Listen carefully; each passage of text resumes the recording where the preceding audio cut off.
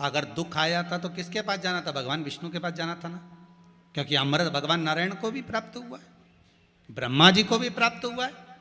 चंद्रदेव को जाना था तो भगवान विष्णु के पास जाना था, चंद्रदेव को जाना था तो ब्रह्मदेव के पास जाना था, चंद्रदेव को जाना था तो इंद्र के पास जाना था, चंद्रदेव को जाना था, इतने देवता हैं किसी के पास चले जाते। पर चंद्रदेव जब दुख की घड़ी में आए, और एक बार नहीं, चंद्र जब जब दुख की घड़ी में आए तब भगवान देवाधिदेव महादेव के पास में गए। आपसे यही निवेदन है, दुख की घड़ी में यहां वहां मत भटकना। जिसने घड़ी बनाई है, पल बनाया, समय बनाया, जिसकी कंपनी है घड़ी की, अपनी घड़ी उसी दुकान पर देना, तो वो 7 दिन में ठीक करके तुम्हारे हाथ में दे देगा। किराना की दुकान पे घड़ी दिया होगे तो क्या सुधारेगा? कपड़ा की दुकान वाला सुधारेगा? नहीं, घड़ी की दुकान वाला सुधारेगा। और घड़ी बनाने वाला कौन? शिव महापुराण में लिखा है, शंकर जी ने घड़ी बनाई, पल बनाया, समय बनाया, नक्षत्र बनाया, दिन बनाया, बार बनाया, तिथि बनाई, सब शंकर ने बनाया है। इसलिए चंद्रदेव किसके पास गए? शिव के पास। भगवान से भी कह देना मेरी घड़ी ठीक नहीं चल रही है, इसको सुधार दो। शंकर भगवान बोलेंगे 7 दिन पटक दे, 7 दिन पटक दे, 7 दिन पटक दे, 7वें दिन ठीक करके दे दूंगा। यही तो शिव पुराण करी, 7 दिन पटक दो शंकर के चरणों में। आस्था चैनल पर कथा चल रही है, फेसबुक यूट्यूब पर कथा चल रही है, 7 दिन पटक दो इस घड़ी को। घड़ी मतलब अपने समय को 7 दिन शंकर के चरणों में छोड़ दो कि मुझे कथा सुनना है 7 दिन की।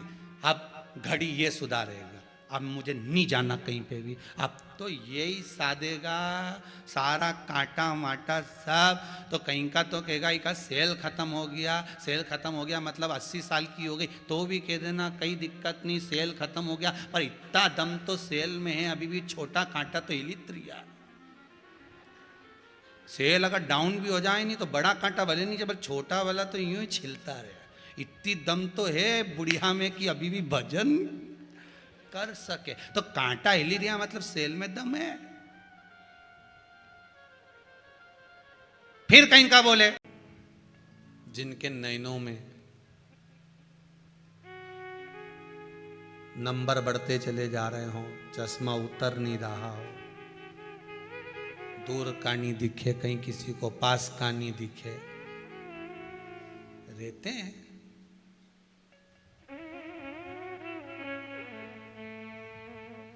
उसके लिए भी है शरद पूर्णिमा के दिन तुलसी की जो डंडी होती है, तुलसी जैसे बेलपत्र की जो ये डंडी है, ऐसे ही तुलसी का जो पत्ता होता है, उस पत्ते की जो डंडी होती है, उस डंडी को चंद्रमा को देखा जाता है। उस डंडी की जो कोर होती है, उस कोर को दृष्टि से मिलाया जाता है। शरद पूर्णिमा की रात्रि ठीक 12 बजे आप चंद्रमा की, जैसे चंद्रमा का भाग, उस चंद्रमा के भाग को आप उस डंडी के भाग से निहारने का प्रयास करिए। घर में आइए, घी का दिया लगाइए, उस घी के दीप को लगाने के बाद पूर्णिमा के दिन उस पर एक प्लेट थोड़ी तिरछी कर रख दो, जिससे उसकी कालोच, काई की, उस दीप की, घी के दीप की कालोच उस प्लेट पर आ जाए। थोड़ी सी कालोच ले लीजिए, 5-10 मिनट में आ जाएगी। उसको गाय के घी में मिलाकर आंखों में सुरमा लगाकर रात्रि को सो जाइए। 3 दिन बाद आप महसूस करेंगे कि नेत्र की ज्योति बढ़ना प्रारंभ हो रही है। नेत्र की। अब इस प्रयोग को करने में कोई धन लगा तो शास्त्र यहां तक कहता है, गर्भवती नारी का जब गर्भ रहता है और उस समय पर गर्भ में जब संतान रहती है और ग्रहण, चंद्र ग्रहण हो चाहे सूर्य ग्रहण हो, ग्रहण अगर पड़ता है तो परिवार में, शास्त्रों में ऐसा वर्णन आता है कि गेरू, गेरू मतलब लाल चंदन। कौन सा चंदन? जम के बोलो जरा। लाल चंदन।